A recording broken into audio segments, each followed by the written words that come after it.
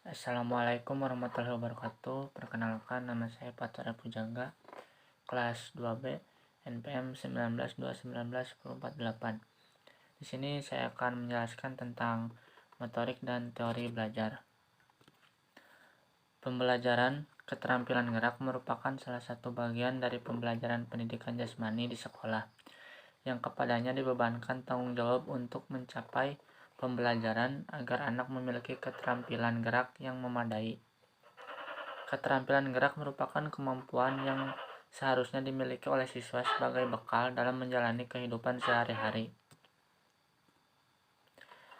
Apabila seorang anak mempunyai keterampilan gerak yang baik, maka dia mempunyai kesempatan yang besar untuk dapat menguasai kecakapan hidup yang dibutuhkan. Persoalan yang muncul adalah bagaimana guru pendidikan jasmani dapat menciptakan, mendorong dan mengelola situasi pembelajaran dengan segenap kemampuannya agar anak dapat belajar dan mencapai tujuan yang diharapkan.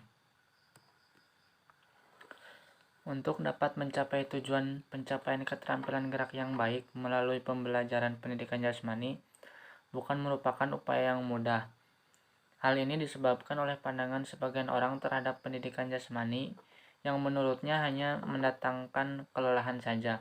Kemudian diperparah lagi dengan alokasi waktu yang diberikan oleh kurikulum yang belum sesuai dengan kebutuhan yang disyaratkan. Keadaan ini terjadi hampir di semua jenjang pendidikan mulai SD sampai SMA, yang mengakibatkan rendahnya tingkat keterampilan gerak siswa di sekolah.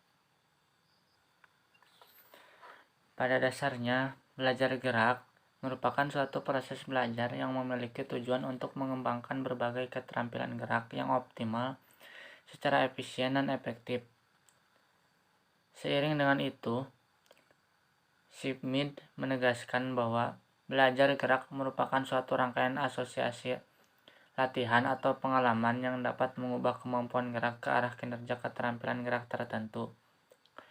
Sehubungan dengan hal tersebut, perubahan keterampilan gerak dalam belajar gerak merupakan indikasi terjadinya proses belajar gerak yang dilakukan oleh seseorang. Dengan demikian, keterampilan gerak diperoleh bukan hanya dipengaruhi oleh faktor kematangan gerak, melainkan juga oleh faktor proses belajar gerak.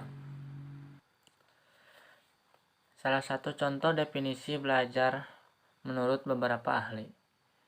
Menurut Winkel, belajar adalah semua aktivitas mental atau psikis yang berlangsung dalam interaksi aktif dalam lingkungan yang menghasilkan perubahan-perubahan dalam pengelolaan pemahaman. Sedangkan teori belajar gerak, tim penulis CRI menjelaskan bahwa anak usia 3 tahun memiliki kekuatan fisik yang mulai berkembang, tapi rentang konsentrasinya pendek, cenderung berpindah-pindah dari satu kegiatan ke kegiatan yang lainnya.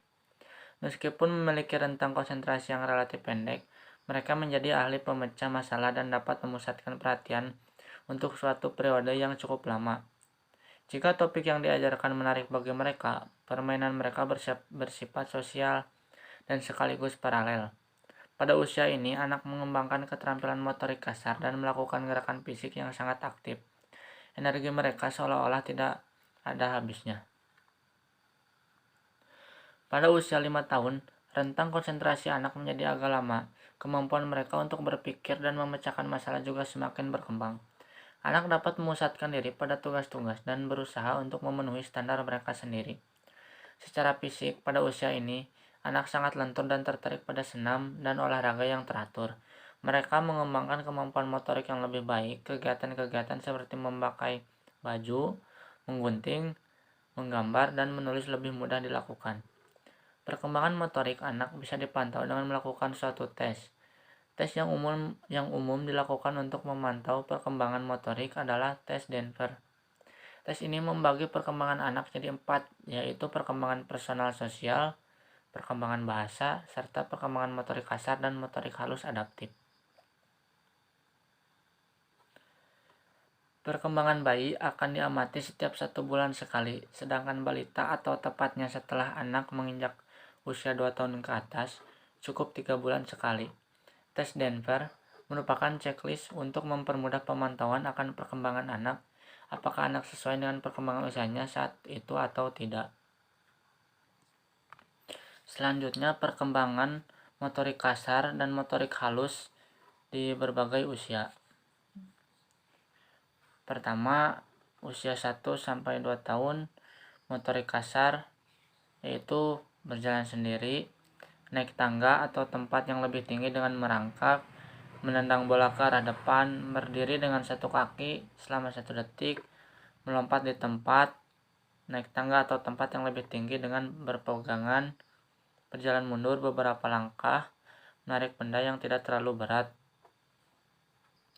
Sedangkan motorik halus, memegang alat tulis, membuat coretan bebas, menyusun menara dengan 3 balok, memegang gelas dengan 2 tangan, dan menumpahkan benda-benda dari wadah dan memasukkannya kembali. Untuk usia 2-3 tahun, motorik kasarnya berjalan sambil berjinjit, melompat ke depan dan ke belakang dengan 2 kaki, melempar dan menangkap bola, menari mengikuti irama, naik turun tangga atau tempat yang lebih tinggi atau rendah dengan berpegangan. Sedangkan motorik halusnya meremas kertas atau kain dengan menggerakkan 5 jari, melipat kertas meskipun belum rapi atau lurus, menggunting kertas tanpa pola. Koordinasi jari tangan cukup baik untuk memegang benda pipih seperti sikat gigi dan sendok. Selanjutnya usia 3-4 tahun, motorik kasar yaitu berlari sambil membawa sesuatu yang ringan, naik turun tangga atau tempat yang lebih tinggi dengan kaki bergantian, meniti di atas papan yang cukup lebar, melompat turun dari ketinggian kurang lebih 20 cm, meniru gerakan senam sederhana seperti menirukan gerakan pohon dan kelinci melompat. Sedangkan motorik halusnya menuang air, pasir, atau biji-bijian ke dalam tempat penampung, memasukkan benda kecil ke dalam botol, dan menggunting kertas mengikuti pola garis lurus. Untuk usia 4-5 tahun, motorik kasarnya menirukan gerakan binatang, pohon tertiup angin, pesawat terbang, melakukan gerakan menggantung, melakukan gerakan melompat, meloncat, dan berlari secara terkoordinasi, melempar sesuatu secara terarah, menangkap sesuatu secara tepat, melakukan gerakan antisipasi, dan menendang sesuatu secara terarah.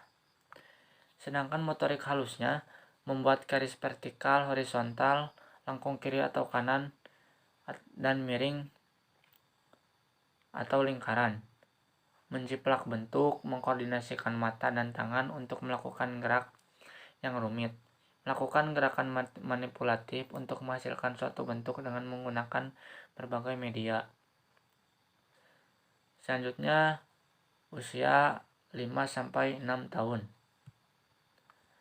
Motorik kasarnya melakukan gerakan tubuh secara terkoordinasi untuk melatih kelenturan, keseimbangan, dan kelincahan. Melakukan koordinasi gerakan kaki, tangan, kepala dalam menirukan tarian atau senam. Melakukan permainan fisik dengan aturan, terampil menggunakan tangan kanan dan kiri. Melakukan kegiatan kebersihan diri. Sedangkan motorik halusnya menggambar sesuai gagasannya, meniru bentuk, melakukan eksplorasi dengan berbagai media dan kegiatan, menggunakan alat tulis dengan benar, menggunting sesuai dengan pola, dan menempel gambar dengan tepat. Jadi, pembinaan olahraga harus dipahami sebagai sebuah sistem yang kompleks, sehingga masalah-masalah yang terdapat di dalamnya perlu ditelaah dari sudut pandang yang luas. Gejala dalam kegiatan olahraga tidak semata-mata dipandang dari aspek biopsikis, tapi juga dari aspek sosial budaya. Karena itu, prestasi olahraga merupakan sebuah gejala majemuk, gejala biopsikososial kultural. Ada 4 dimensi kegiatan olahraga. Olahraga kompetitif yang menekankan kegiatan perlombaan dan pencapaian prestasi. Olahraga profesional yang menekankan tercapainya keuntungan material. Olahraga rekreatif yang menekankan tercapainya kesehatan rohani dan jasmani. Pencapaian kesegaran jasmani dan pelepasan ketegangan hidup sehari-hari. Olahraga pendidikan yakni olahraga yang menekankan aspek kependidikan, di mana olahraga merupakan alas mencapai tujuan pendidikan. Persamaan umum ialah bahwa keempat dimensi olahraga tersebut memanfaatkan gerak manusia dalam pengertian umum dan keterampilan dalam pengertian yang lebih spesifik. Prestasi olahraga terus meningkat. Faktor-faktor yang mempengaruhi prestasi ialah faktor eksogen, seperti lingkungan fisik tempat berlatih, lingkungan keluarga yang membantu membangun ambisi, dan faktor endogen, yakni atribut yang melekat pada diri seorang, seperti struktur anatomi, kemampuan fungsi fisiologis, dan sistem persarafan, serta ciri-ciri kepribadian yang bersangkutan. Beberapa ciri masalah pokok dalam pembinaan olahraga ialah ketimpangan daya yang dialokasi untuk kegiatan olahraga pendidikan dan olahraga prestasi, kurangnya investasi ilmiah, lamanya manajemen, dan pendekatan parsial. Sama sekali tidak sesuai dengan tuntutan olahraga modern seperti sikap menerabas atau potong kompas, rendah motif berprestasi, agresif tapi kurang fair, dan kurang bersedia untuk bekerja keras. Olahraga kompetitif juga mengandung potensi negatif di samping dampak positif, sehingga guru pelatih olahraga harus mengelola kegiatan dan memperoleh manfaat yang maksimal. Teori itu sendiri dibangun melalui penelitian ilmiah yang sistematis dengan memanfaatkan metode dan instrumen yang cermat untuk mengumpulkan fakta-fakta. Teori itu sendiri terbangun oleh elemen-elemen berupa konstruk dan hukum-hukum yang diperoleh dari sejumlah penelitian. Sampai seberapa jauh kebenaran teori, hal itu perlu diuji lagi melalui penelitian. Tugas peneliti bukan membuktikan suatu teori itu benar atau salah. Jika fakta yang diperoleh selaras dengan teori, maka kesimpulannya ialah fakta-fakta baru itu mendukung teori yang telah ada.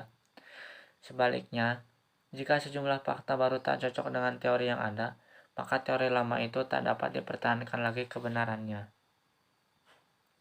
Sekian yang dapat saya sampaikan. Mohon maaf bila ada kesalahan dan kekurangan.